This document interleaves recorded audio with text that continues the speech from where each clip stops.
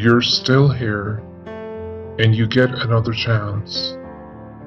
This day to do better and be better, another chance to be more of who you were created and what you were created to fulfill.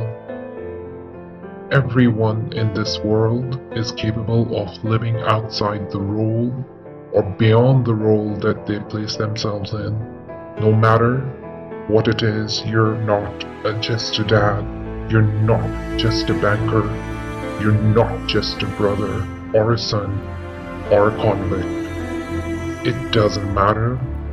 Like everyone is bigger, much bigger, infinitely bigger than the roles they place themselves in, and is capable of reaching potential greater than anyone can imagine. You can live the life you desire. It's right there in front of you. But in order to achieve it, you must see it, then believe it. And then you must graciously ask and train your brain to help you execute your vision.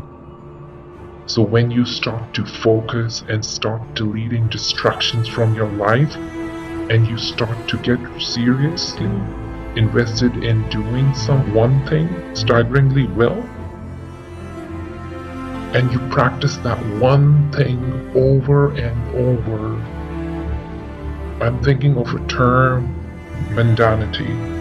You do one simple, seemingly insignificant every day around your main skill, and it's very mundane. The small daily improvements over time leads to world-class results.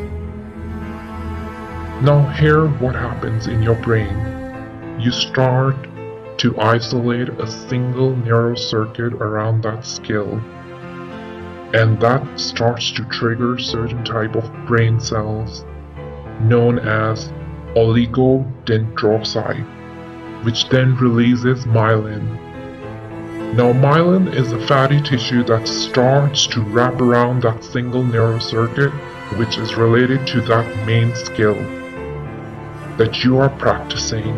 And when the myelin starts to wrap around that brain circuit, what happens is that you develop accelerated learning times. You can see more quickly, heightened perception, and you learn more quickly. As quote-unquote secret of great producers, it's not a result of some natural great gift, but is actually of their daily practice, their relentless work ethics, their grit, and their singular focus and sacrifice. A great life is not built on revolution. A great life is built on evolution. Small and steady wins the race.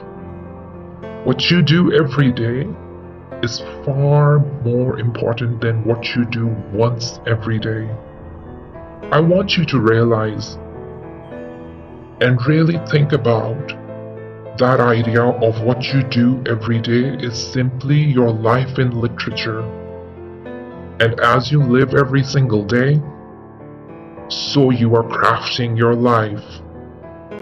What you do in the next hours is really building your future.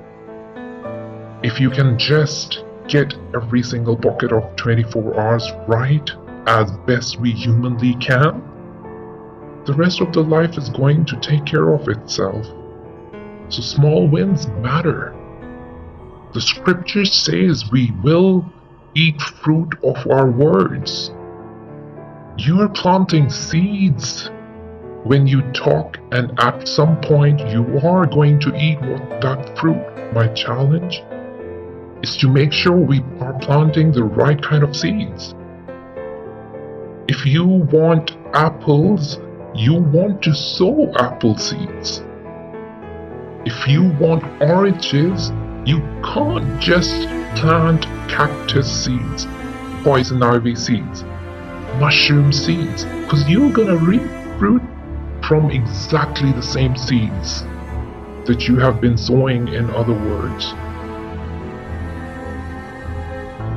You cannot just talk negative and expect people to be living a positive life. You cannot talk defeat and expect victory. You cannot talk lack, not enough, can't afford it, never get ahead, and expect to have abundance. If you are gonna have a poor mouth, you are gonna have a poor life. If you don't like what you're seeing, start sowing different seeds. It's as simple as that. We may not even realize that we are always feeding ourselves what we watch, we listen to, or the people that we are surrounding ourselves into. We are around the thoughts we are dwelling on that's feeding our inner me. If you go to lunch with people, they talk bad about your boss, make fun of a co-worker, put down your friend. They are feeding you gossip, feeding you jealousy, feeding you disrespect. Here is the key. Whatever you feed is going to grow. You may not like what they are feeding you. You're a nice person. It's just what you believe in. But if you continue to hang around them, before long, my friend, you'll be gossiping, you'll be critical, you'll be disrespectful. Why?